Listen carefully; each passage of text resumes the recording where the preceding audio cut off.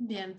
Buenas noches a todos. Estamos reunidos una vez más para la actividad del Seminario Anual de Escuela.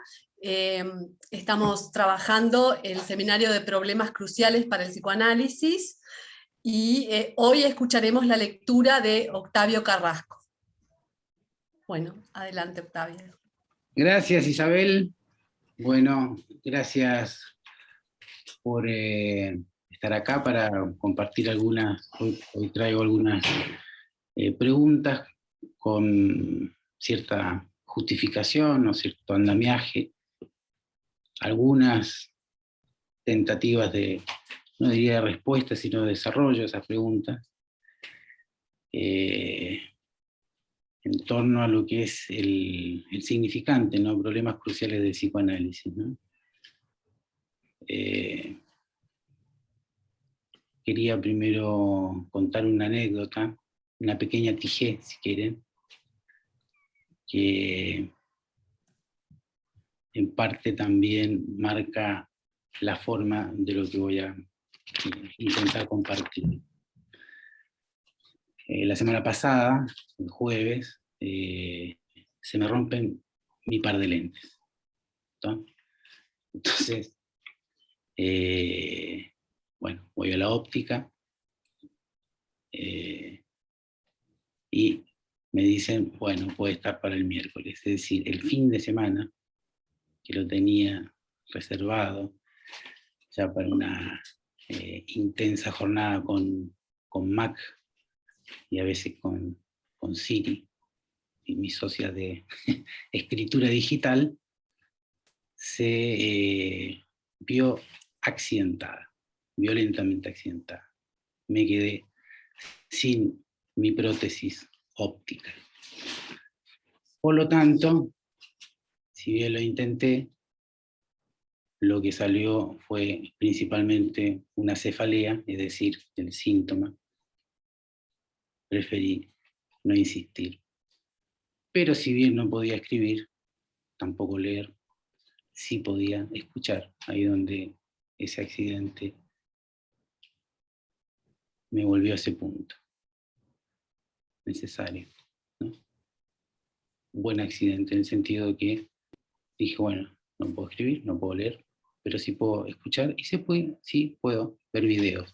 Entonces, tengo que agradecer a nuestra alianza con la máquina de que pude volver a presenciar los SAE de mis compañeros de escuela, a los cuales les agradezco uno a uno. Fue como mi miniserie de fin de semana, con lo cual aprendí mucho y quería en primer lugar agradecerles y bueno, también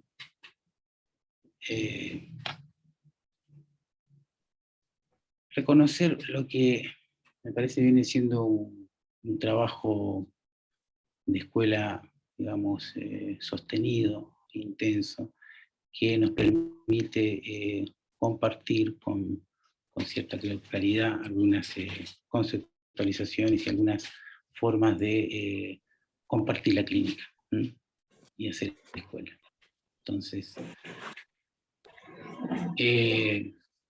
también por otro lado, me dejaba sin lo que se puede entender como una novedad en relación a lo que es lo enunciado en relación a los problemas cruciales del psicoanálisis. Sí, insistir, ¿no? Que si puedo enunciar uno de los problemas trabajados por varios compañeros, ¿no? Me recuerdo ahora, por ejemplo, el de Fabián, también el de Oscar, el de otros, ¿no? Donde podría, hay como un ruido, no sé si arreglar.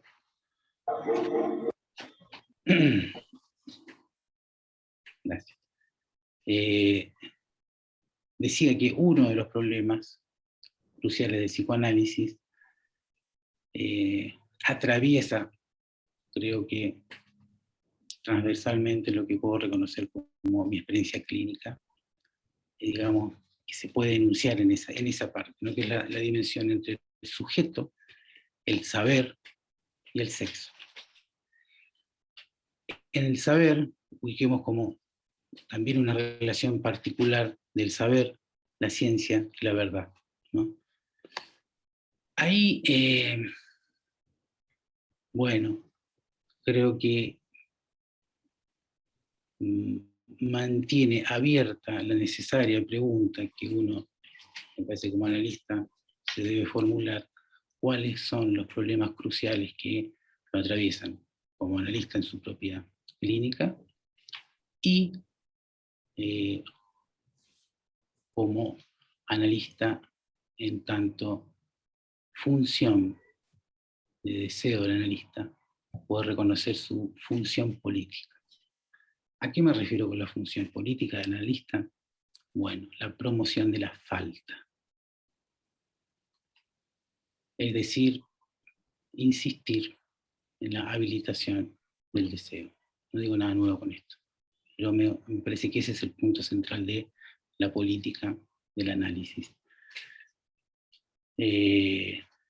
No se trata de la política de políticos en el sentido de la gestión y administración de los gobiernos, sino más bien de lo real.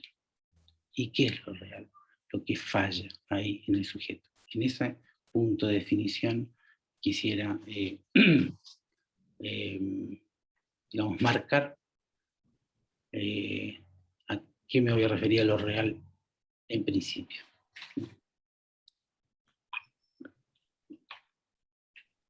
Sé que no es la única definición de lo real, por supuesto, pero me parece que es la que hoy más me sirve para esto que quiero compartir, estas preguntas que quiero compartir.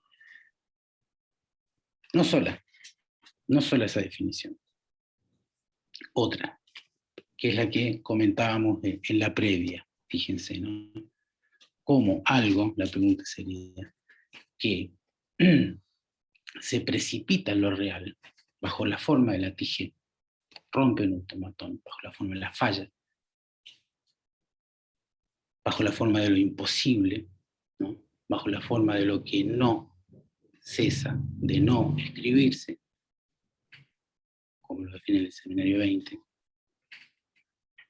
como eso que, como por ejemplo podemos situarlo como una experiencia colectiva en relación a la pandemia, muerde, es decir, la real muerde nuestro automatón como civilización y como sujeto.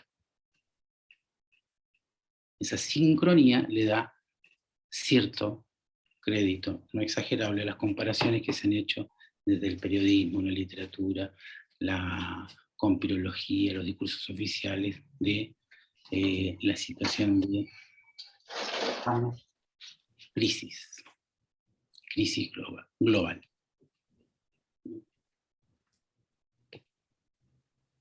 ¿Qué consecuencias surgirán de eso? No tengo idea. No tengo nada que decir, más que lo mismo que venimos compartiendo, ¿no? No es de eso lo que pensaba hablar hoy. Sí que estamos quizás todavía en el túnel saliendo, se ven luces, sí, yo qué sé. Digo esto porque la pandemia también atravesó, sigue siendo un problema crucial de nuestra praxis. Y en ese contexto es que justamente trabajamos, porque el trabajo, por ejemplo, de Marilén Bettini en relación a problemas cruciales del psicoanálisis.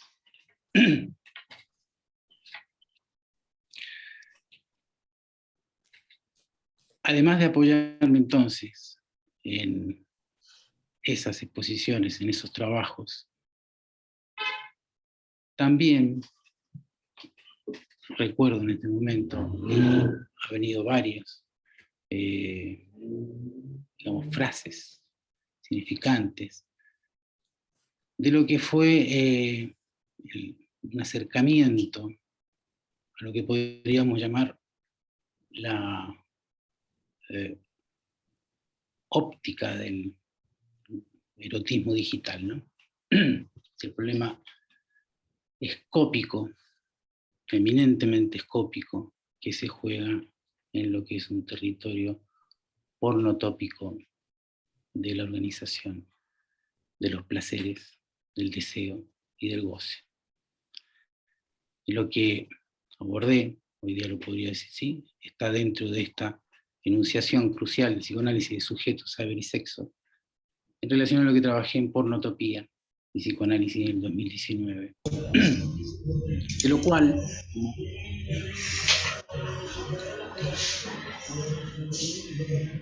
hay un audio abierto.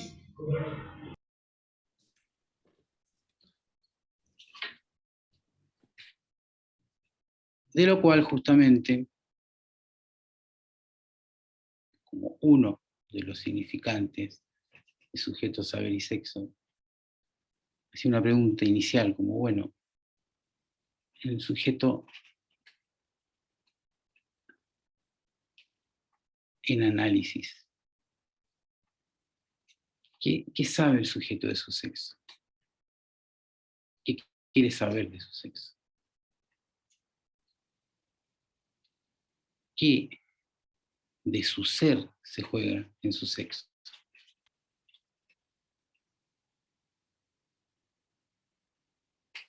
Pregunta, digamos, que no se enuncia necesariamente bajo esa forma explícita, sino en la relación de qué función cumple la falta en la relación al otro, o cómo eso se satura de una habilitación, sin duda promocional, fantástica, del dar todo a ver.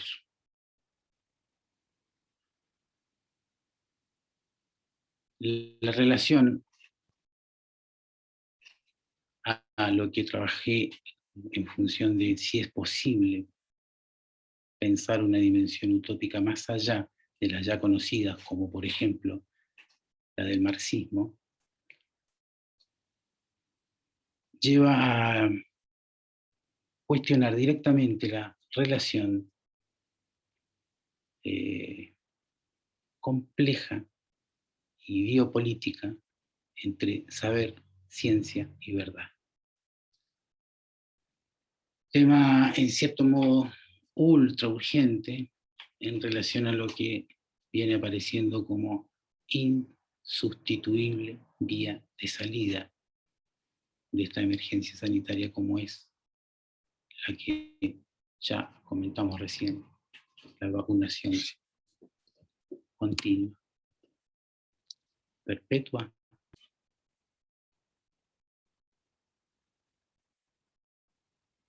En esa contingencia que nos está tocando atravesar, saber, ciencia y verdad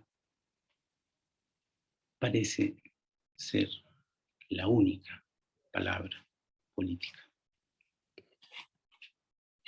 Se produce entonces una cadencia nada menor entre lo real, lo imaginario y lo simbólico, en un anudamiento donde también podemos leer no solamente una lógica transformativa, sino una temporalidad, algo que aparece, insisto, como un no cesa de no escribirse,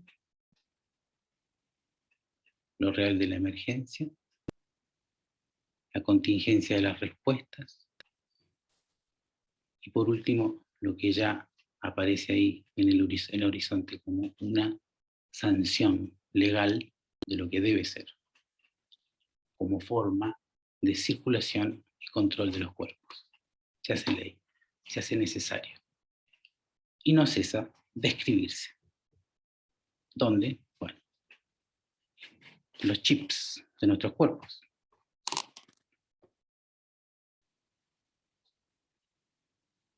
Pregunta entonces, ¿de qué sabe el sujeto de su sexo que quizás no sea tan ingenuo cuando todo lo del sexo se muestra? En plano, sin olores, sin fricciones, autoeróticamente diseñado. de lo cual incluso no sea tan de ciencia ficción suponer que haya generaciones donde la pregunta por dar el salto a lo que hoy llamamos autoerotismo, a la relación de objeto, sea algo del pasado, quizás una cuestión asquerosa. ¿Hasta dónde podrá llegar entonces a triunfar el sexo digital? Que en tiempos de pandemia se puso de moda como el sexting o sexting, no sé, algo así, nunca lo pronuncio bien, que es justamente esta posibilidad del sexo a distancia, o un autoerotismo compartido. ¿Qué diferencia dirán algunos que tiene que ver con otra forma de autoerotismo compartido? Bueno, quizás ninguna, quizás no. Abramos la discusión ahí. Pero que el sexo digital, ¿no?, se practica hace tiempo, no es nuevo. El asunto es que se practique a través de la relación entre cuerpo, teclado y pantalla. No es que conozca muchas parejas que funcionen así, pero algunas las hay y algunas exponen su experiencia, la cuelgan en las ruedas, ¿sí?, en las redes.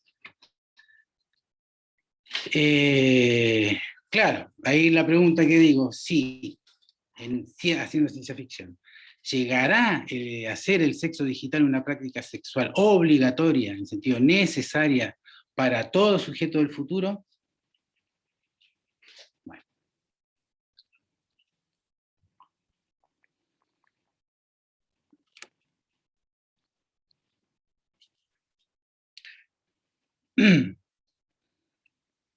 Pero claro, si la cosa se redujera, o preguntémoslo así, ¿qué efectos habrán sido habilitados en el sujeto cuando todo se pretende dar a ver, ¿no?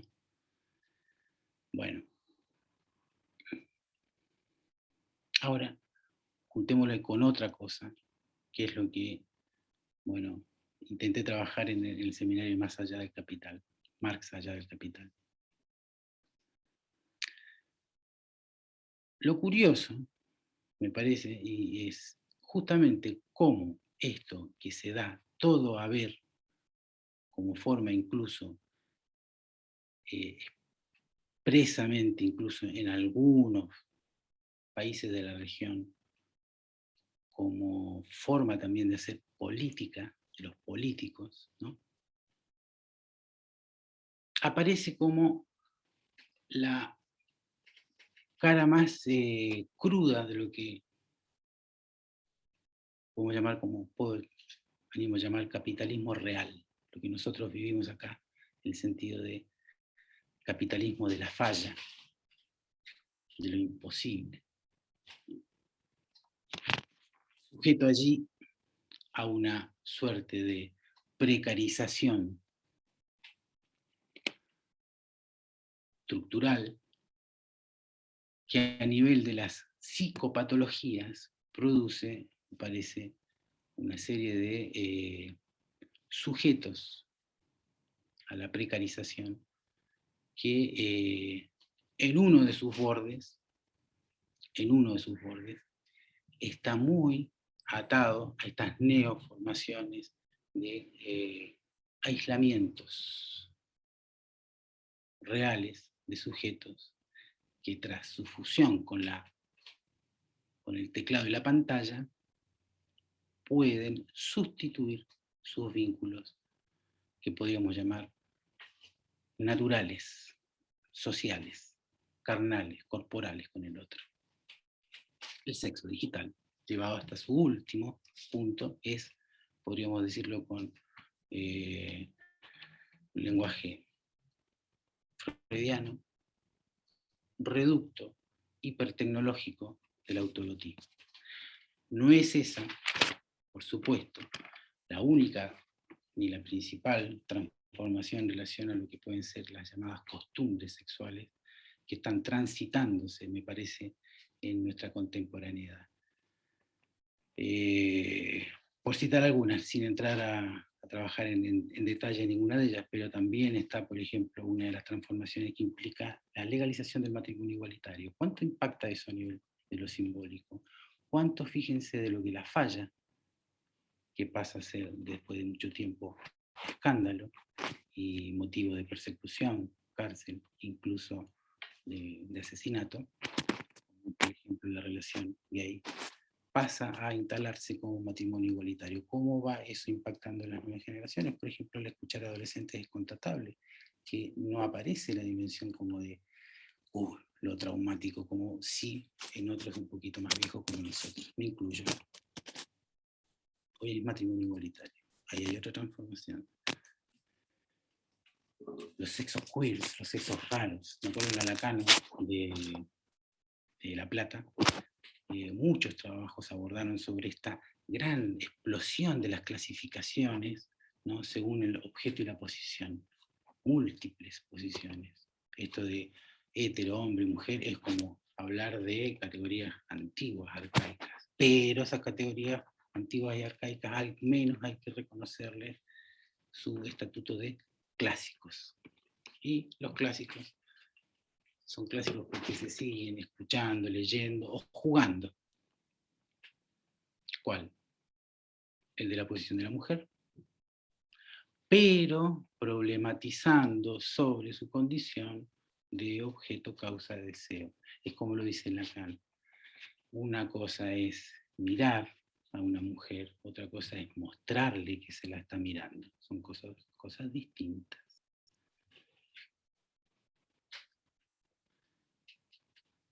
Otra transformación en curso, no podía ser de otra manera, justamente es ni más ni menos el lugar del hombre como portador del falo, como metrosexual.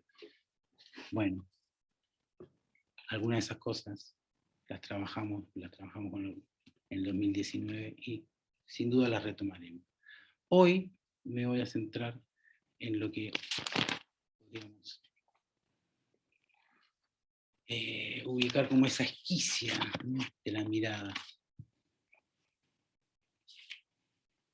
que se ve, por supuesto, más, si se quiere, anestesiada, no, más confundida entre lo que es la dimensión indistinguible entre ver y mirar, en lo que implica la pura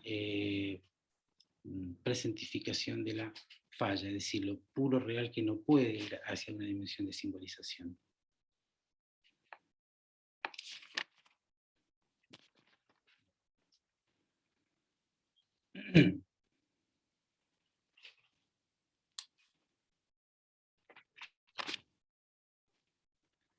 Voy a compartir ahora otra pregunta.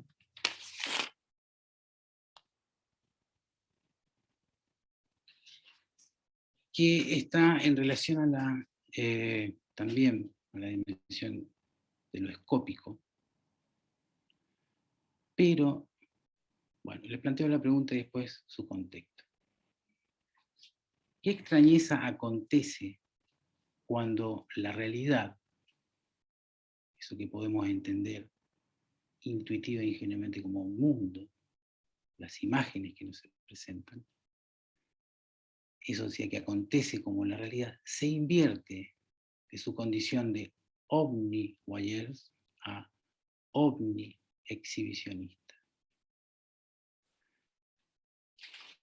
Destaco eso porque justamente Lacan ahí, Lacan destaca en Seminario 11, esta dimensión de extrañeza cuando se invierte esa posición de que la realidad que nos mira, que si luego si lo definimos más precisamente, cuando justamente algo del otro allí está articulando entre lo imaginario y lo simbólico nuestro lugar, cuando eso que podemos llegar a decir hasta el barrio lo mira uno y le da en cierta manera cobijo, cuando la relación con el otro es un acto de reconocimiento, bien, cuando eso que se puede llamar el mundo que lo mira se invierte, dice Lacan, se produce la sensación de extrañeza. ¿Cuándo acontece eso? Bueno, por ejemplo, en el sueño. Por ejemplo, en una epifanía, como dirá el seminario 20, Lacan, con ese encuentro con Tigé, es decir, con algo que viniendo de lo real afecta al sujeto y toca principalmente allí en la conmoción pulsional del sujeto. Es lo que Lacan toma de Merleau-Ponty como eso que el mundo mira al sujeto. Ese punto de esquicia que es interesante, ¿no? Ahora,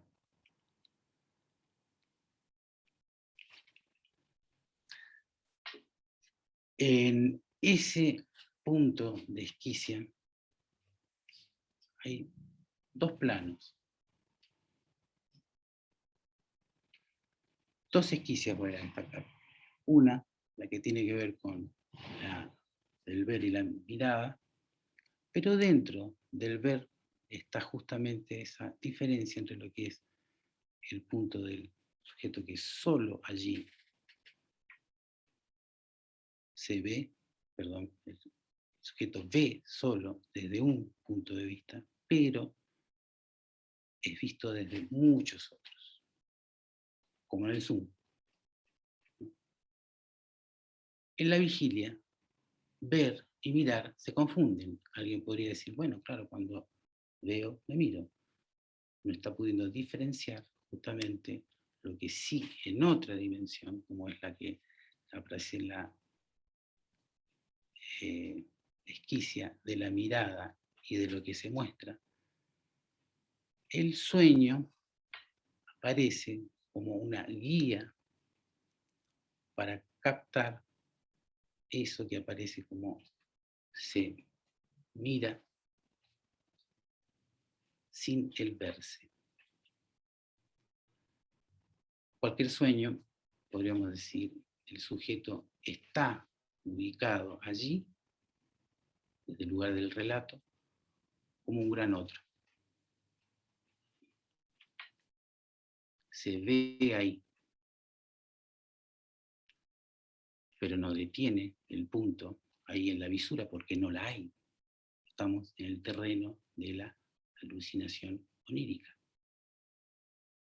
¿Correcto? O no, no sé.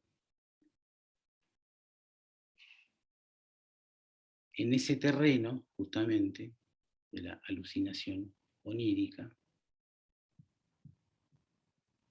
el verse allí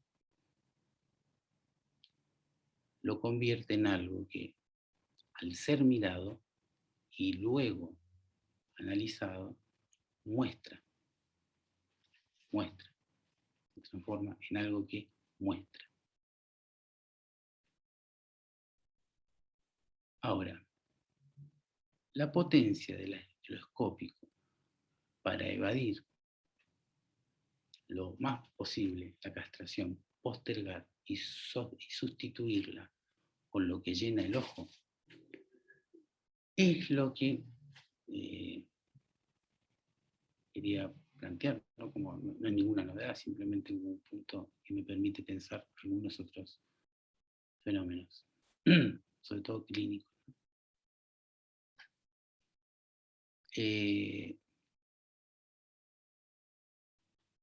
Dentro de lo que es la cartografía pulsional básica, ¿no? En relación a lo que tiene que ver con los restos que podríamos decir componen el objeto A. A nivel de la demanda, bueno, todo lo que es lo oral, lo anal.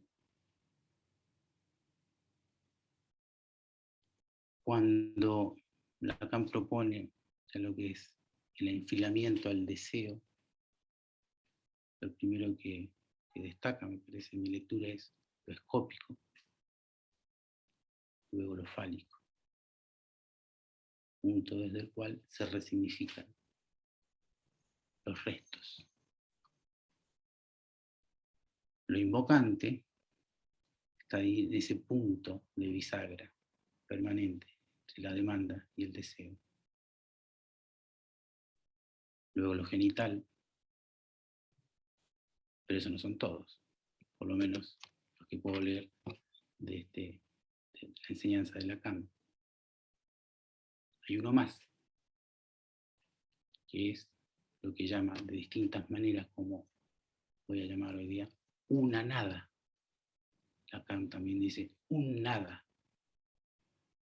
Vamos a decir, esa nada que alude a un momento de constitución de este sustrato que está presente y se repite una y otra vez en los sueños. ¿Cuál sustrato? El sustrato alucinatorio. ¿Cuál es el una nada? Bueno, eso que se produce en el acto del chupeteo. Del chupeteo.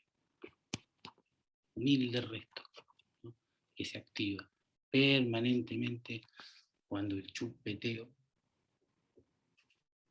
vuelve.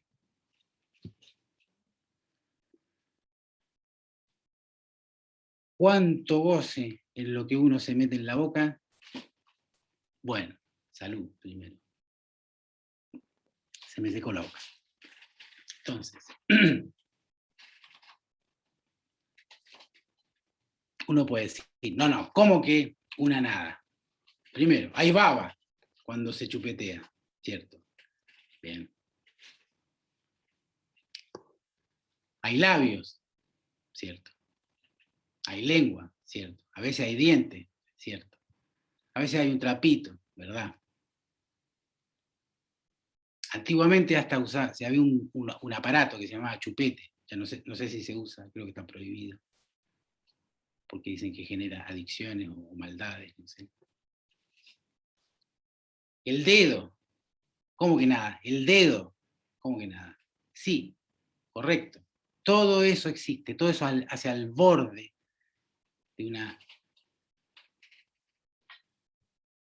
de un orificio corporal que se convirtió en agujero erótico por donde va a pasar toda la existencia de ese parletre. Sin duda. Puede que funcionen todos los otros órganos, pero el sujeto, si aprendió a hablar, seguramente puede hablar hasta el último momento de su vida. Siempre está condenado a ser un parletre. No lo digo solo como parlanchín, sino que todo parletre está condenado a hablar, aunque esté callado. Y aún justamente a veces cuando está callado, más sujeto al lenguaje está, o sea, sigue hablando. Mentalmente dirán, sí, obvio. Bueno. Borde, sí, todo lo que quieran, correcto. En ese borde se va a hacer toda una historia erótica tremenda, por supuesto, toda la vida. Pero si se trata de el referente, llamémosle natural, que es sustituido, es decir, la teta, de eso, nada. Nada. Punto cero. Ahí es donde me parece donde ubico desde mi lectura el punto cero, que era parte, digamos, de la exposición de los trabajos de compañeros de la escuela. Punto cero del sujeto, que va a tener una resignificación, sin duda, en otro momento, donde lo alucinatorio entra justamente a ser puesto, ¿cierto?, de cierta manera dominado, atravesado por lo simbólico en el estadio del espejo. Pero bueno, eso no quería, no sé, dejar por acá. No hay cosas más, pero si las vamos conversando mejor. Ya me parece que... Bueno, muchas gracias, Octavio. Damos entonces comienzo a preguntas, a comentarios, que les pido que se anoten por chat o pueden levantar también la manito para...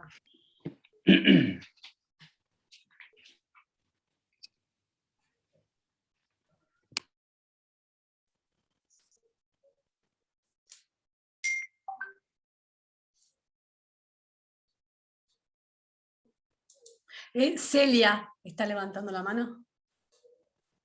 Ah, no sé, parecía que estabas levantando la mano.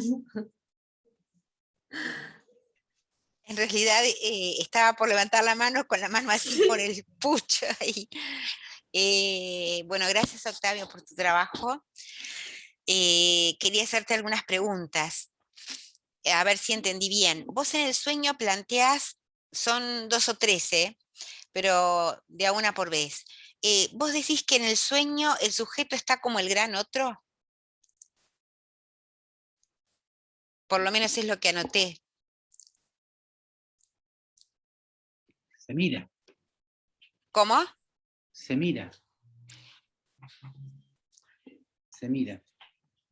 ¿Sabes qué? Eso me hace un poquito de ruido Vale. con la frase freudiana, por eso me gustaría poderlo conversar un poquito más, porque Freud dice en algún momento que uno es todos los personajes del sueño. El director, el guionista, los actores, etcétera, etcétera. Por el otro lado, si el objeto del psicoanálisis es el sujeto puede verse viéndose en el sueño o mirarse en el sueño, pero no nos olvidemos que el sueño como tal es el relato del sueño, como formación del inconsciente. Entonces, en ese punto es como que me hace un poco de ruido que el sujeto sea el gran otro.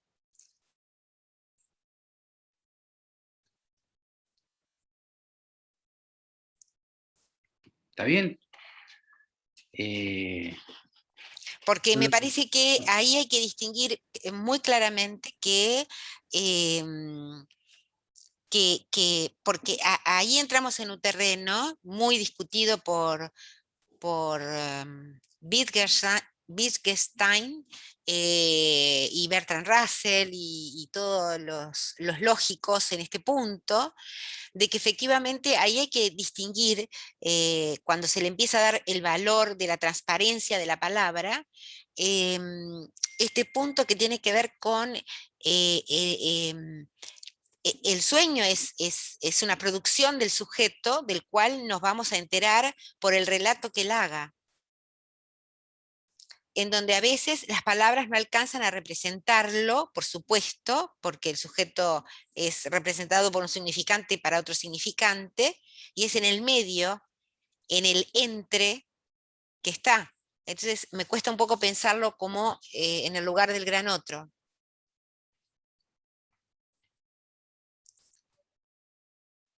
Cuando, viste en ese sueño no me acuerdo ahora el nombre, del sabio chino, no me acuerdo De que la mariposa, sueña ser mariposa. sí. Bien. Cuando sueña ser mariposa, perdón, cuando luego él está despierto y ahí hace lo que podríamos llamar el trabajo del sueño, y él no llega a pensar, ¿seré entonces yo ahora el Una sueño? mariposa que se sueña, sí, ¿De acuerdo? sí. El asunto justamente es que ahí no termina el trabajo de interpretación que por lo menos hace Lacan, que rescato ese punto donde dice, bueno, no es que él se crea que es una mariposa, pero tampoco él se cree que es el sabio chino, porque Por si suerte, cree eso es la locura, ¿de acuerdo? Ahí está el punto. ¿Tá? claro. No es que crea que es la mariposa, ni tampoco cree que es él, porque ambas cosas son la locura. Pero sí se capta en el punto donde él está atrapando mariposas con su red. Es decir, en ese punto capta su verdad, ¿tá? De ser un sujeto allí que atrapa, como sabio, a la ignorancia, que son mariposas. Entonces, En desde realidad, sí, ese lugar hay que decir, sí, estoy de acuerdo con eso, sí, mira, en ese el pero me C parece, pone al inconsciente. sí, pero ahí me parece que como buen sabio, ahí capta una verdad que es esa que vos decís, pero yo le agregaría alguna otra, que tiene que ver con justamente como buen sabio, el des ser, que vos lo trabajás muy bien cuando planteas el par lettre. Es esa parte en donde el sujeto es sujeto porque habla. Es eso que, para decirlo muy teóricamente, pero bueno, estamos en una instancia para trabajarlo, los analistas nos quedamos con el primer Descartes, con el primer René Descartes, no con el segundo. Nos quedamos con el primer Descartes que plantea la duda hiperbólica, no con el segundo que afirma que es porque piensa. No nos quedamos con el Parménides, porque no es lo mismo decir uno es a es uno, porque ahí hay una insistencia o consistencia de un ser que el sujeto no lo tiene. Entonces el sujeto muy bien puede ser también, quiero decir, esa volatilidad del de ser que atañe justamente a un sujeto que no tiene sustante. Para decirlo más en términos hegelianos, sé que vos lo vas a entender bien. Bueno, esa era una de las cuestiones que me parece bien interesante para seguir pensando.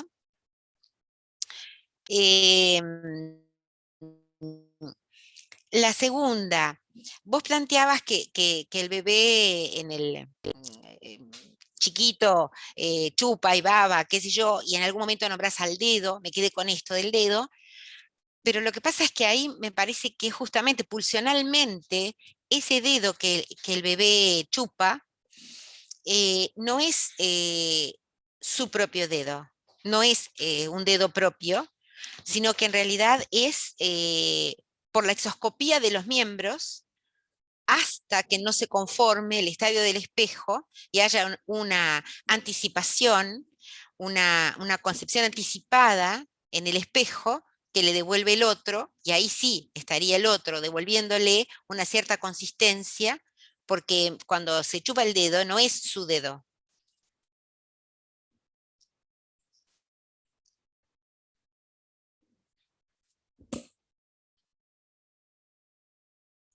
Sí, de acuerdo. Pero el chupeteo justamente es muy anterior al estadio del espejo. Lo que me parece que es interesante y diferencial en este punto es la potencia alucinatoria, que digamos, hace entender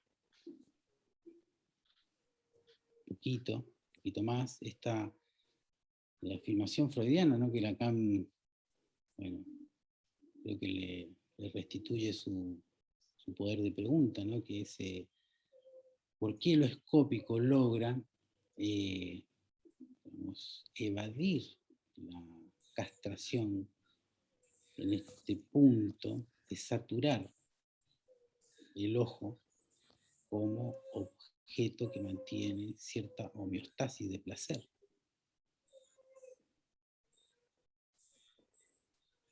Uh-huh. ¿Cómo se verifica eso en nuestra cotidianidad, en nuestra, llamémosle también, psicopatología de la vida cotidiana? Y bueno, en esta fusión con la pantalla, ¿no? Uh-huh. Que llega a producir, bueno, situaciones clínicamente complicadas, ¿no? Sobre todo en Sí, chicos. sí. Vos lo planteas por el lado del ojo, pero también haces mención. Cómo se llena con la visura, ¿no? Y se vacía el mirar, ¿no? Es como en el grado máximo, digamos, de fusión autística. Perdón, no te escuché. En el grado como máximo de fusión casi autística, con eso que aparece determinado como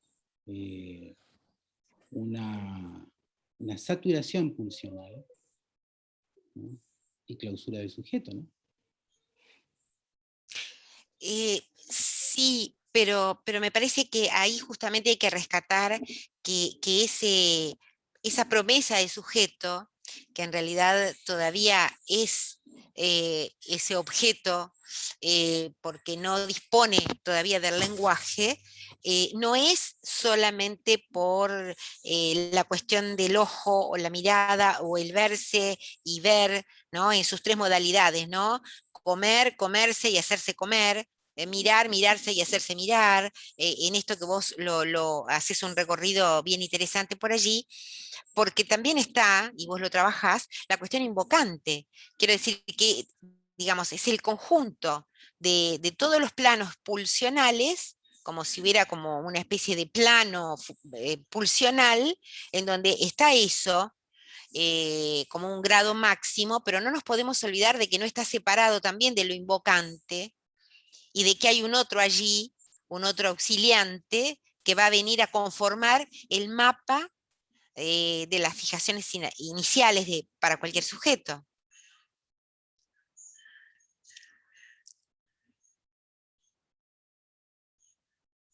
Estás muteado.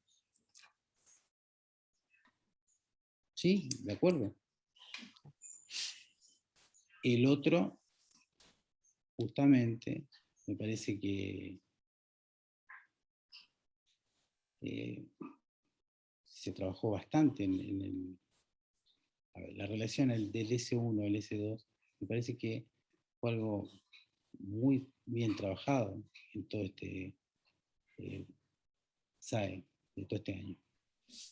Uh-huh. Yo quería enfatizar en este otro punto, llamado el punto 0, que se articula con la dimensión pulsional de esa nada. Porque justamente es eso lo que se activa, bueno, en muchas de las relaciones al goce como más parasitario que se presentan en la clínica. Uh-huh. Entonces, Sí. una de las cuestiones que a mí me sorprende digamos, su incidencia clínica, ¿no? Lo que se pueden entender como los nativos digitales, ¿está? Ubicado ahí no solamente, pero bueno, una captura brutal coloscópica, ¿no? Uh-huh. Y, Sí, sí.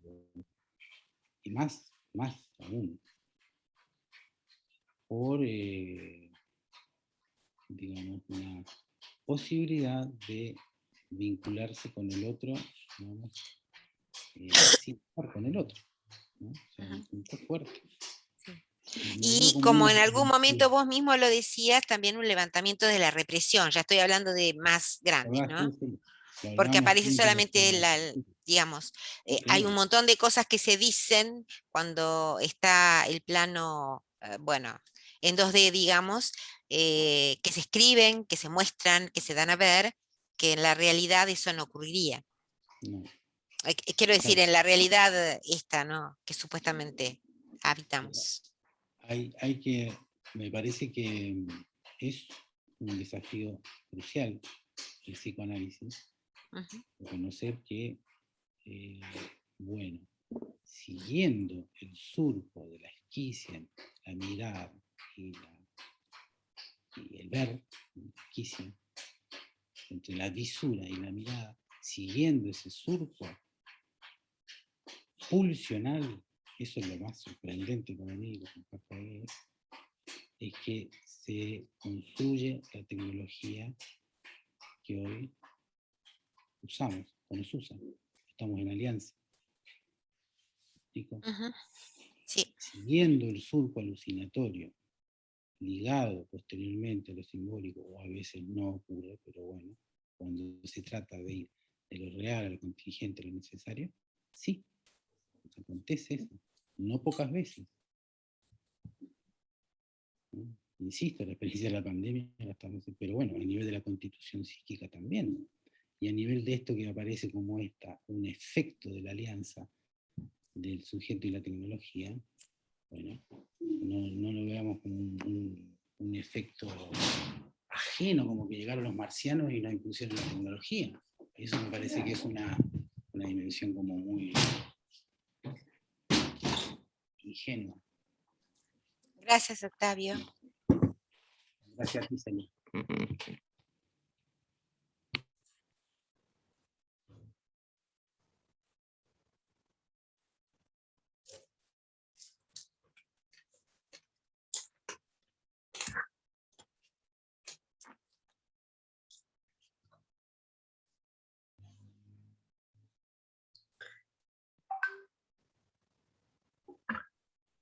Hola, ¿puedo? No sé si había alguien. Sí, no hay nadie anotado, podés.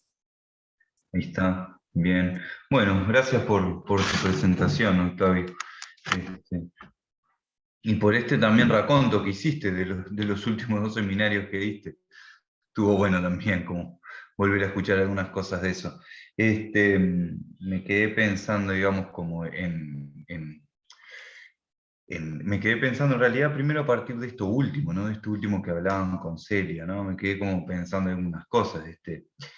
Por decirlo de alguna manera, es como que el placer que va a obtener, digamos, ¿no? Un sujeto visualmente, digamos, ubicado en el lugar de el macaquito que cae a la isla y tiene que matar a todos y qué sé yo, o digamos, como toda esa experiencia, digamos, ¿no? Y como todas esas como eh, múltiples identificaciones imaginarias que se juegan ahí a nivel de los juegos, digamos, al principio, por lo menos en el inicio, fascinante, ¿no? O sea, es muy difícil, digamos. Entonces, o sea, no, digamos, o sea, ese placer lo toma el sujeto, ¿no? Y lo captura, digamos, lo captura totalmente, ¿no?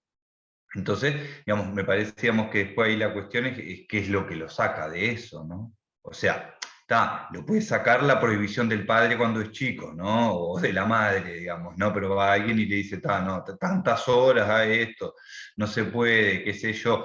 Pero después, digamos, o sea, la pregunta, digamos, que me surgía es qué es lo que lo saca como causa deseante del sujeto, digamos, ¿no? O sea, cuando es él, digamos, ¿no? El que va a hacer, digamos, ese movimiento, ¿no? O sea, si no hay otro, digamos, que corte ahí como con ese placer, es como muy difícil, ¿no? Por eso también me parece que es como muy complicado a veces instalar ese corte cuando el sujeto ya ha crecido mucho, ¿no? Es complicado instalar ese corte cuando se trata de personas, digamos, que tienen, yo qué sé, 18 años, 20 años, digamos, ¿no? Y han pasado toda su vida, digamos, ¿no? Y pueden pasar 6, 7 horas toda la noche jugando en ese juego, de la computadora, qué sé yo, y después no les interesa más nada.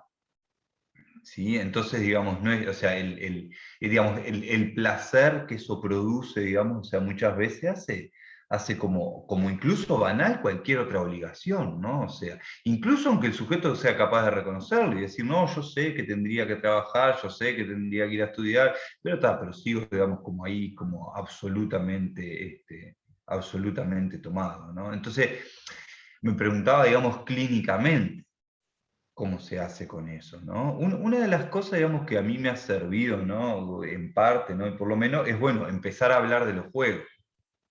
Entonces, generalmente los juegos tienen como una secuencia un tanto mitológica, por lo menos muchos de ellos, ¿no?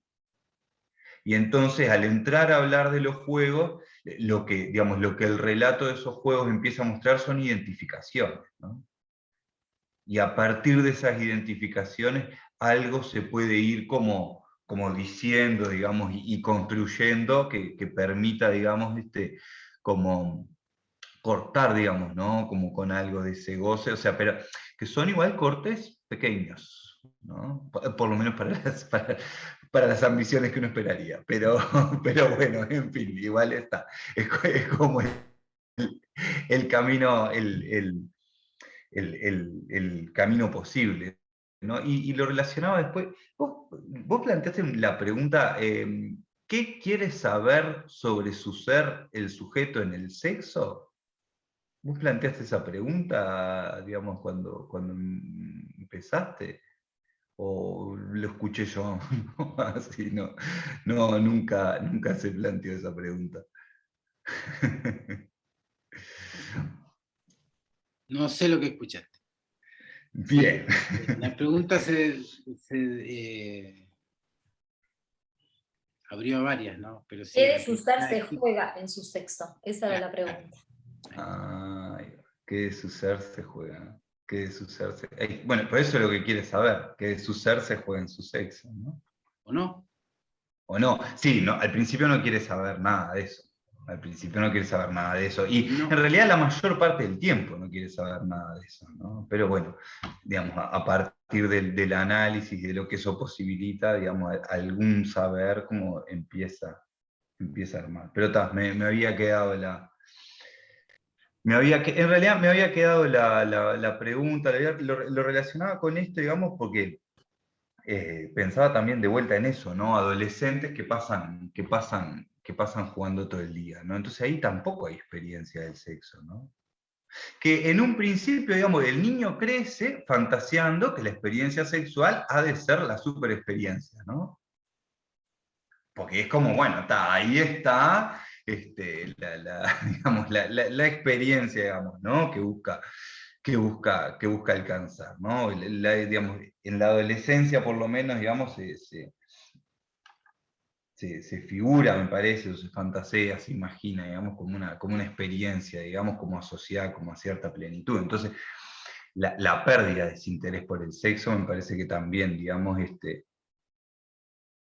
digamos, es como una forma, digamos, de no querer saber nada de su ser, ¿no? Porque saber sobre su ser, digamos, es saber, ¿no? Sobre la imposibilidad de que todo de su ser sea dicho, ¿no? O sea, de la cuestión más significante, ¿no? Y cómo lo simbólico en realidad ahí instala mucho más una falta en ser, y después, digamos, me parece que la otra parte del saber sobre su ser es el saber sobre su goce inconsciente, ¿no?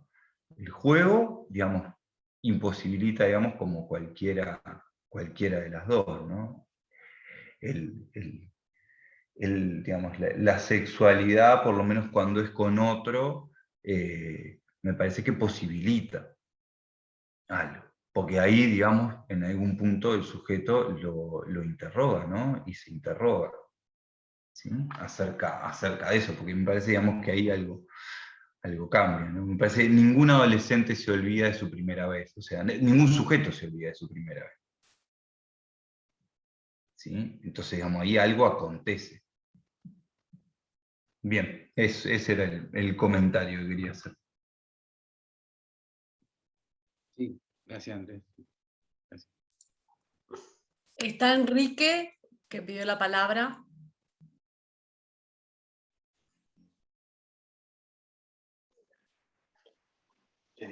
Bueno, buenas noches. Varias interrogantes, pero básicamente me gustaría hacerte una pregunta, o más bien tomar la pregunta que vos planteaste y que tenía que ver con cómo sigue esto. ¿Cómo sigue esto de la subjetividad a partir de lo que creo que vos llamaste la era digital? ¿Digital algo así, Octavio? ¿Cómo se puede articular la cuestión de la conformación subjetiva y la preeminencia de lo digital? Lo digital tiene dos vertientes. Tiene una muy priorizada, que parece ser la que tiene que ver con la imagen, de la cual estamos participando hoy acá, pero también tiene que ver con la otra, que tiene que ver con lo tecnológico hoy en día. Para mí, desde mi punto de vista, viene priorizando también la escritura. ¿Qué quiero decir con esto? Desde que nos corrimos entre las escrituras que iban por las cartas, escritas manuscritas o escritas en una dactilografía, no importa, la cuestión de la correspondencia epistolar, pasó un tiempo como de latencia muy grande, que se fue como disolviendo, y de golpe apareció algo un fenómeno extremadamente interesante que fue el mail. El mail fue corriendo, desplazando a la correspondencia epistolar, es decir, eso que escribía mediante una carta y se la enviaba a alguien, y había un tiempo entre lo que enviaba y que lo recibía. El mail pasó, de alguna manera, a volver a priorizar la escritura, porque yo creo que lo epistolar estaba en decadencia, se escribía poco, se escribían pocas cartas, y estaba privilegiado el hablar por teléfono, ¿verdad? El hablar por teléfono suplió, de alguna manera, a la carta. Pero después apareció el mail. Y el mail me parece que reintrodujo la escritura, y eso me parece para mí que fue muy interesante. Esto siguió avanzando y apareció la comunicación, donde se priorizó hoy en día la cuestión de lo visual y vuelve a priorizarse la cuestión de lo oral, pero a través de la visualización. Como estoy hablando ahora, me están viendo y les estoy viendo que me están escuchando. Tengo la opción de escribir en el chat, pero ya ven, es más fácil hablar, entre comillas, en una instancia como esta. Y nos estamos mirando. Una imagen fija o una imagen más dinámica, que no tiene nada de virtual, porque la virtualidad es otra cosa. Aquí hay presencia, pero no es una presencia más que a través de dos planos, que es diferente al 3D. Y la pregunta que me hago es la siguiente. Vos te hiciste esta pregunta, es decir, ¿cómo sigue esto en lo que tiene que ver en la relación con el parletre y la constitución subjetiva? A mí no me cabe ninguna duda de que en cualquiera de los tres tiempos que nombré, el tiempo de la escritura epistolar, la carta, el tiempo de la charla telefónica y el tiempo de lo que podría ser hoy lo visual, es decir, que ahí tenemos tres cosas. El que abre y escucha, teléfono, el que escribe y lee, mail, y ahora, digamos, nos vemos, ¿verdad? En una prioridad de la imagen. A mí me hace pensar lo que Lacan dijo en algún momento, no hay progreso. Es decir, es siempre lo mismo de una manera diferente. Es la repetición, pero en forma diferente. Ponen en juego la dimensión real, la dimensión simbólica y la dimensión imaginaria. A mí me parece que lo que de alguna manera sí llamaría a interrogarnos es qué se hace con esto. Es decir, vos hablabas de si el sexo iba a, que no es nuevo, y si iba a ir en aumento en relación a la virtualidad, ¿verdad? Dijiste eso, Octavio. No lo sé, probablemente sí. Tal vez la forma, pero el contenido sigue siendo el mismo, porque pone en juego la dimensión del erotismo. Distintas herramientas que ponen en juego la dimensión de lo erótico. La pregunta es, digamos, ¿cómo juega esto a nivel de lo que en parte recién Andrés hablaba, y también Celia en parte, es decir, en los tiempos comienzos, en los primeros tiempos de la constitución subjetiva, ¿cómo juega esto? Digamos, ¿cómo juega esto de la imagen?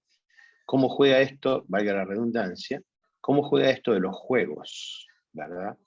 En la computadora, en el ordenador, como dicen los españoles. Ahí me parece que viene un poquito la cuestión. La pregunta es si esto deriva en lo que más adelante podría llamarse la sublimación, ¿verdad? O no. Pero para mí, digamos, hay más de lo mismo. Es decir, diferentes tiempos, diferentes etapas que ponen en juego cualquiera de las pulsiones parciales, ¿verdad? Y que ponen en juego eso que para Freud era la constitución de la fantasía, Freud decía de que las fantasías inconscientes, siempre sexuales, siempre reprimidas, se constituían a partir de cosas vistas, oídas o sentidas. Freud decía que la fantasía pasaba por los sentidos, en tanto que ocurría o en tanto que no ocurría, ¿verdad? Entonces, yo lo que creo es que seguimos en parte en lo mismo. Quiero decir que la construcción de la sexualidad, la construcción del devenir sexuado y su inscripción en algunos lados de la fórmula, como lo plantea Lacan, y en relación al erotismo, para mí tiene que ver con cómo juega la función paterna, la función materna, y por qué no lo social, que los atraviesa a ellos también, y que de alguna manera no es que pretenda negar la actualidad o la contemporaneidad, que lo que tiene que ver con la virtualidad, el Zoom, Google Meet y tantos otros, Microsoft Teams, que usan las empresas. Eso me parece que son herramientas e instrumentos que nos facilitan de la comunicación. Pero el psicoanálisis justamente propone lo contrario.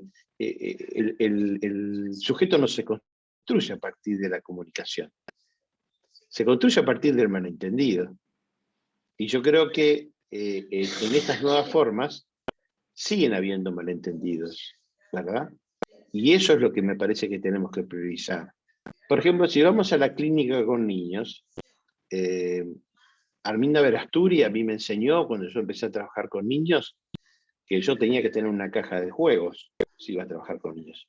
Yo les cuento que debo haber trabajado, no sé, 3, 4, 5 años con la caja de juegos, y un día me di cuenta de algo, que en realidad quienes querían hacer jugar a los niños eran los analistas, porque los niños lo que querían eran jugar, era hablar. Yo creo que no importa el dibujo, no importa el juego, no importa la caja de juego, lo que importa es lo que se dice, es lo que pueden decir y lo que no pueden decir. Si yo le pongo a un niño una tablet para que juegue un juego en un juego donde hay algo de la estructura, hay un padre, una madre, hay un combate, digamos, entre el héroe, los malos, los buenos, yo puedo escuchar, pero a mí me interesa lo que dice acerca de eso. Si le pongo una hoja para dibujar, me interesa no tanto el dibujo, sino lo que dice en torno al dibujo que hace, ¿verdad? Entonces, ¿qué quiero decir con esto? Que la cuestión me parece que sigue pasando por lo mismo. Es decir, ¿cómo se produce el malentendido? ¿Verdad?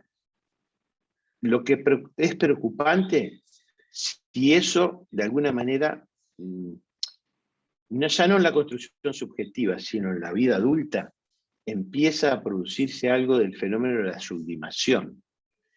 Es decir, que una nueva forma de sublimar, de alguna manera, en donde el tipo de cerca de 40 años, y doy fe de eso porque lo vengo escuchando en la clínica, a veces un tipo de 40 años, extremadamente productivo en su práctica médica, en su práctica como contador, como financista, a veces prefiere jugarse un par de partidas del PlayStation antes de ir a coger con su mujer. ¿Qué quiero decir con esto? Yo lo que creo es que si empieza, si esto se extiende, en donde aparece la cuestión sublimatoria, me parece que ahí sí no lo veo un buen camino, digamos, ¿verdad? Porque si bien tengo que ir de caso en caso, hay una cierta generalización con respecto a esto. Perdón por la extensión, pero creo que tomé esa pregunta del par lettre esa pregunta de lo que va a avanzar la digitalización, y creo que depende de nosotros, digamos, qué escuchemos o qué vamos a escuchar en nuestra clínica respecto a lo que se trae en torno a eso, ya sea en un niño o ya sea en un adulto, ¿verdad? Pero esto son disparadores. Gracias, Enrique, por los comentarios. Bueno, no sé, yo había pedido la palabra y también luego pidió un comentario, Octavio, y una pregunta. Bueno, escuchando, me gustó muchísimo tu trabajo, me gustó cómo lo fuiste desarticulando y me quedé pensando, a partir de lo que vos presentaste y a partir de los comentarios de los compañeros, me quedé pensando en, vos al comienzo dijiste que habías estado trabajando en relación a la cuestión del significante como un problema crucial del psicoanálisis, tal como Lacan lo trabaja en este seminario, y luego trabajaste esta cuestión del espejo. Entonces yo me preguntaba la función significante, los comentarios de los compañeros, lo que acaba de decir Enrique, ¿no? Qué efectos puede tener. Y me interesó también lo que planteó Andrés en relación a cómo... Perdón, Isabel, yo no sé si todos escucharon, a mí se me cortó. No sé si a todos se les cortó. Sí, Sí, se cortó. Se La cortó, última sí. parte de la pregunta que planteaste, Isabel. La La La última última parte. No, ¿cómo lo relacionás a esta cuestión del significante como un problema crucial, como lo plantea Lacan en el seminario, y podríamos decir la función significante del espejo, que vos también trabajaste en alguna parte de tu texto? Y pensando también en este comentario que hizo Enrique, ¿no? de si eso alcanza la sublimación, digamos, el juego del PlayStation, si el sujeto puede alcanzar la sublimación allí. Y me interesó cómo lo planteó Andrés en relación a esta cuestión de el adolescente que está mucho rato sin parar, digamos, muchas horas, y cómo trabajar, cómo hacer un corte cuando aún no se ha producido el corte y, bueno, el chico ya tiene, como él decía, 18 años. Me parece que también cuando él lo planteó, él habló de poner en juego la palabra como la posibilidad de agujerear el cuerpo, digamos, como la posibilidad de producir un agujero allí donde todo parece completo, ¿no? Y me parece que si pensamos en la palabra que tiene las tres dimensiones de lo real, simbólico e imaginario, la palabra anudada, digamos, me parece que, bueno, que en ese sentido justamente tiene que ver con este efecto que puede producir de corte y de enlace. Entonces me pareció muy interesante, como lo dijo Andrés también, en relación a la posibilidad de que el adolescente hable de los juegos, y ahí habla de las identificaciones, ¿no? Pero cómo también se pueden producir nuevas identificaciones a partir de estos cortes y enlaces con la palabra. Nada, ese era como un comentario. Estaba Karina, no sé si querés responder a estos comentarios, Octavio, o esperamos que la intervención de Karina. Sí, bueno, me parece que la sublimación, hay un autor, bueno, hay varios, pero no importa. El tema del juego, los videojuegos, es decir, tiene una estructura muy básica, ¿no? Muy elemental. Parece que ahí lo que se pone en juego sí comparto la repetición como lo mismo. Pero también está la repetición como encuentro con lo real, así como falla. Y esa es la que habilita la posibilidad de la diferencia, ¿no? Y primero eso es lo que hace que un sujeto pida análisis, porque algo justamente falla, algo de un encuentro con la falla, así con lo real, lo conmueve, ¿no? Bueno, por supuesto, lo que es la estructura del game, del juego, del videogame, es la repetición sin falla, a no ser que falle el aparato, o que caiga muerto el usuario. Pero es siempre lo mismo. Entonces, se convierte en una suerte de juego que juegan muchos, pero solos. Entonces se empieza a producir un modo de vincularse que es de ese orden, ¿no? Que algunos llaman como individualismo de masas. Y eso, a esas consecuencias, digamos, Perdón, nuevas perdón una formas de hablar. cosita. ¿No sería un goce autoerótico como puede serlo el de la lectura? Sí, claro, claro que sí, puede serlo también. Es decir, ante toda evidencia de revolución, que no creo que las revoluciones se reduzcan justamente a que todo vuelva al mismo lugar, no, justamente hay transformaciones y las cosas cambian de lugar. Yo qué sé. Entonces, sí, claro que hay un goce autoerótico,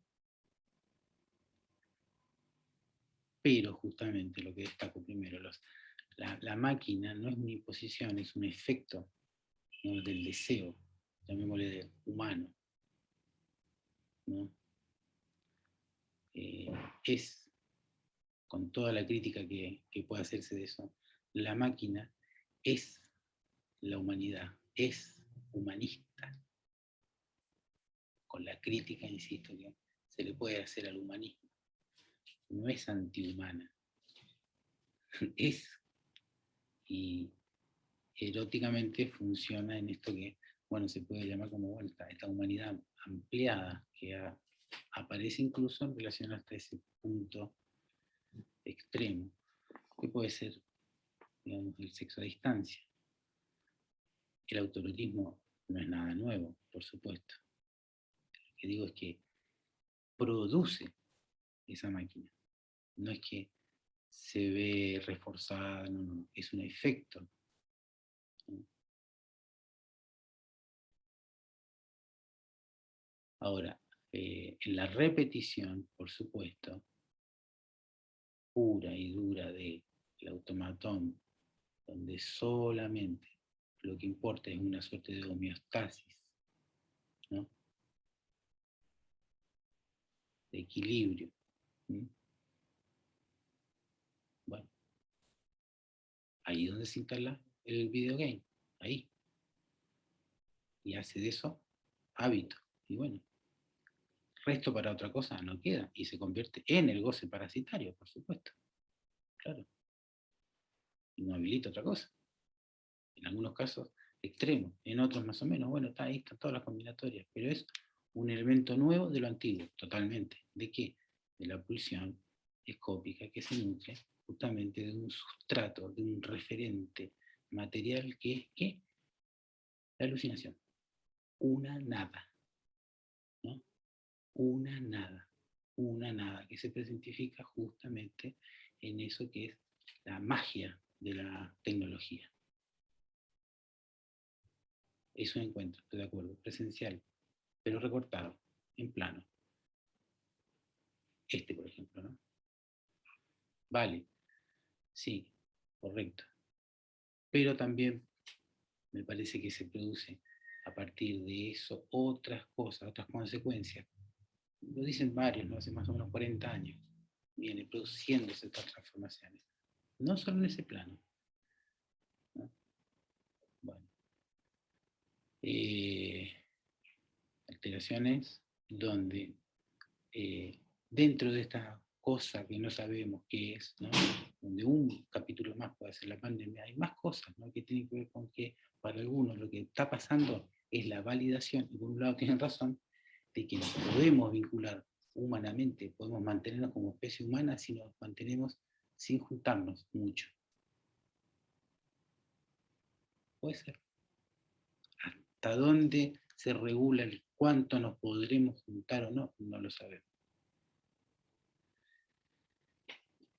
Para otros, esta es la evidencia de que no es posible sustituir el vínculo directo. Bueno, sea como sea, la división ya está planteada, ya está hecho el experimento.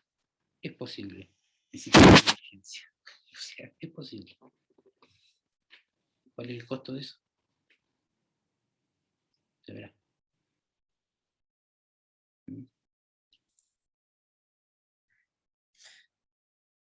Bueno, estaba Karina anotada. Y está también Lucía, luego de Karina. Bueno, gracias Octavio.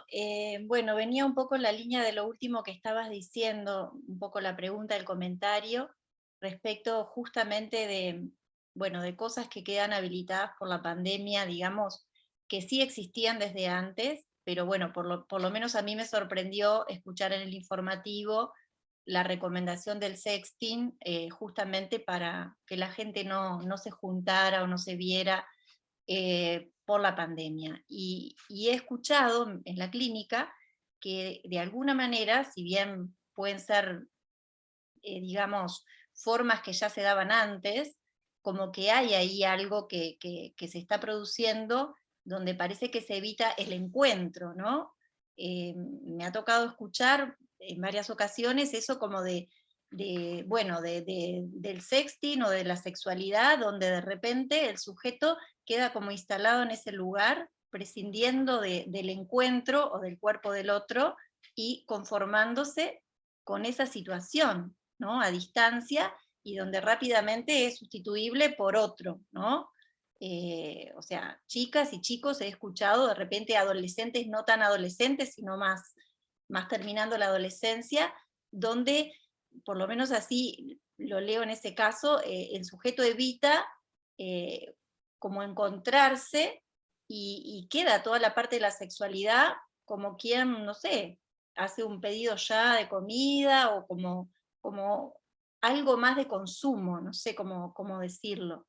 Entonces, quería preguntarte ahí cómo lo pensabas vos, también en relación al seminario que trabajaste de pornotopía, en relación a eso, ¿no? A eso de que, bueno, parece que no es necesario ni siquiera el encuentro, o que se puede prescindir de los cuerpos, y me hace pensar en un punto a esto del amor cortés, o de las cartas que Enrique también nombró, pero diferente, ¿no?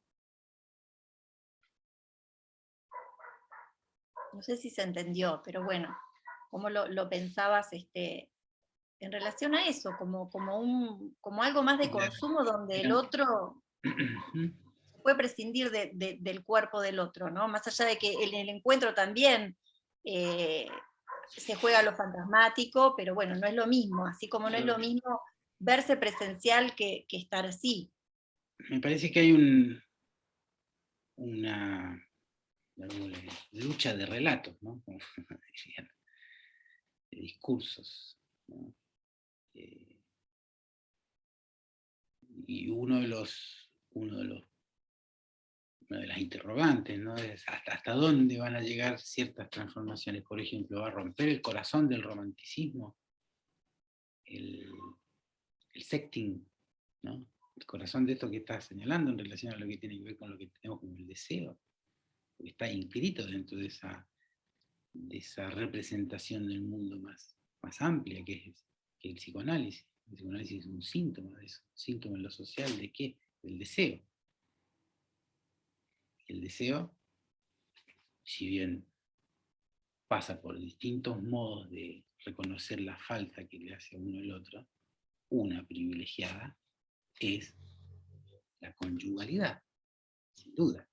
Es decir, la gran mayoría de las consultas viene por ahí y seguirá viniendo por ahí, ¿no?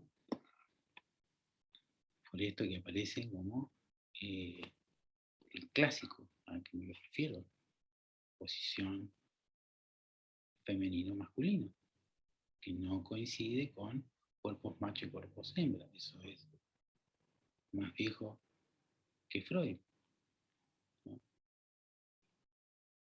Eso que es antiguo en el psicoanálisis es uno de los argumentos, y no menor, que sostiene las transformaciones en relación a las costumbres del vínculo entre hombres y mujeres, que están cambiando.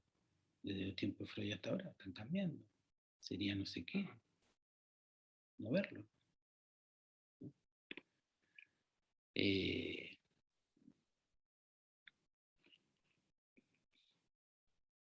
Son pocos analistas que lo abordan así directamente y crudamente, ¿no? Como Gerard Pommier, por ejemplo, bueno, que tendrá sus amigos y enemigos, todo lo que quieras, pero bueno, hay puntos donde él lo destaca como un síntoma no muy antiguo, más bien reciente, pero de nuestra modernidad, por decirlo así, como la preocupación de un hombre por la satisfacción sexual de su mujer,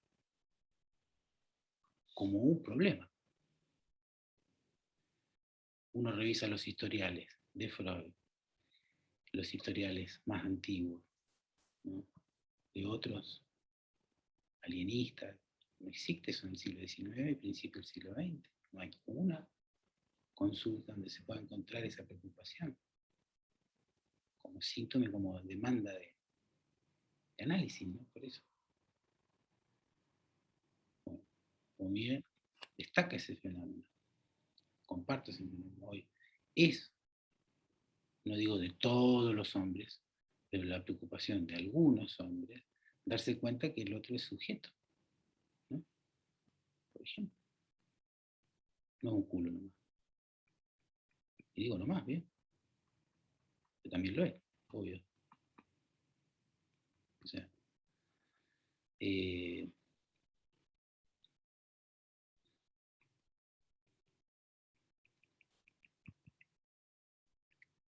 bueno, pero volviendo al tema del juego, justamente, sí. Y también lo pornotópico tiene que ver con que todo se da a ver y todo entra en la misma estructura de juego, en el mismo automatón, ¿no? No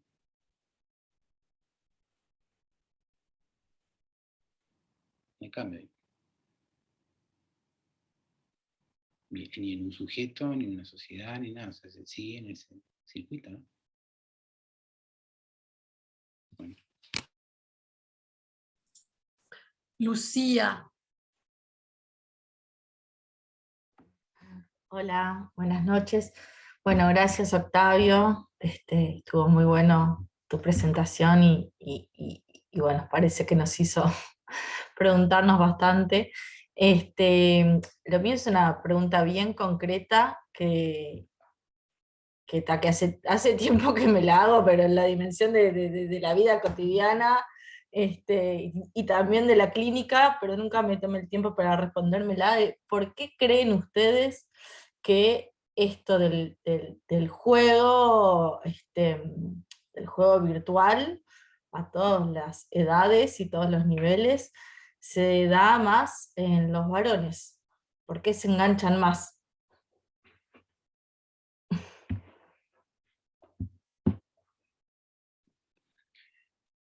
Porque la falla está controlada. El exit, la falla como lo encuentro con lo real. Me parece, ¿no? Y en los varones, creo que uno de los efectos de estas y varias transformaciones, diría fundamentalmente el cambio de la posición de la mujer, implica una amenaza de castración constante. Los varones y las varonas. Por supuesto. Y más, algo que tiene que ver con ese punto, digamos. No encontrarse con la falla. No es jugar a matar al otro, principalmente. No encontrarse con la falla. Encontrarse con la realidad de exponerte a lo que es, sí, el otro. Real. ¿Pasa a ser real la experiencia del juego? Sí, claro. Cuando se rompe la pantalla. Cuando se corta la luz.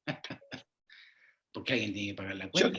Eso hace síntoma con otra cosa también. No es solo, no es un Robinson Crusoe que cayó en una isla. No. Hay sostenes familiares, es decir, hay un montón de cosas que hacen que eso sea efecto. No es causa, consecuencia. No inicio.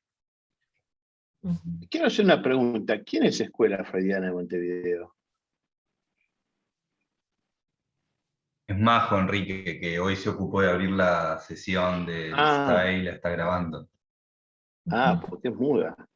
Gracias, Lucía, por la pregunta esa, porque venía un poco en la línea de algo que quería comentar, que no me acuerdo quién fue que dijo que los juegos era como un placer constante, ¿no?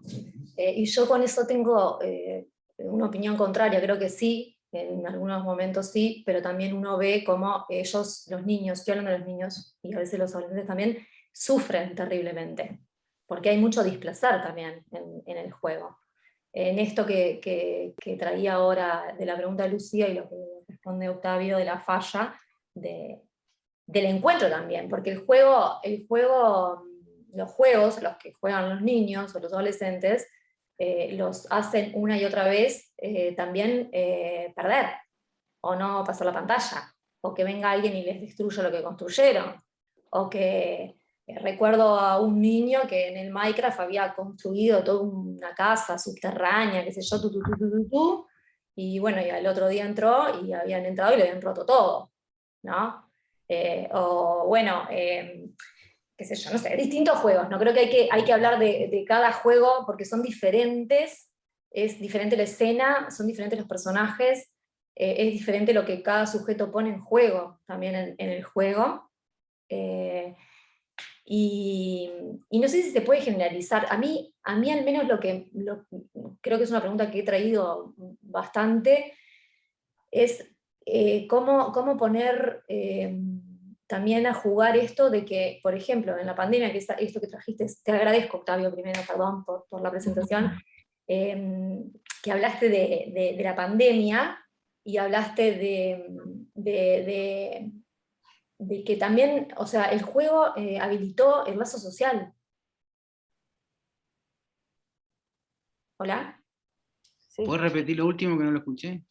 Que en la pandemia el juego online permitió el lazo social en los niños y en los adolescentes.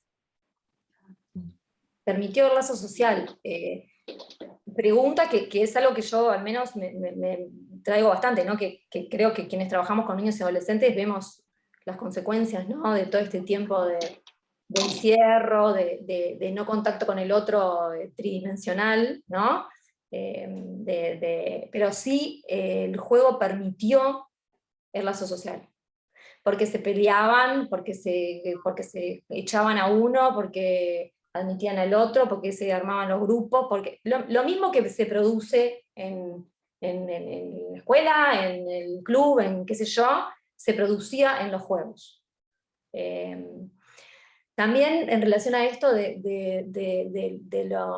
la mirada, de la esquicia, en el seminario Lacan lo trabaja bastante, ¿no? El estadio del espejo y las identificaciones, y trae como que hace mucho hincapié en el lugar donde está ubicado el otro, ¿no? Del otro lado del cono, ¿no? O sea, hace como mucho hincapié en eso, que me pareció bien interesante, ¿no? Y creo que eso en las redes en general y en los juegos también se pone, ¿no? A jugar. Me parece como bien interesante pensarlo. Que no sé si se entendió, pero porque yo comparto un poco lo que dice Enrique en esto de que creo que el contenido es el mismo, es otro modo. Creo que a veces cuando nos quedamos, tal vez sin meternos adentro a veces de los juegos, o ¿no? Y bueno, no conocemos ese mundo de alguna forma, es difícil de comprender o de... Lo que pasa generacionalmente siempre, me parece, ¿no? O sea, de una generación a otra con diferentes cosas, ¿no? Ahora son los juegos. Pero bueno, no sé, era un poquito eso. Gracias, Octavio, por tu presentación.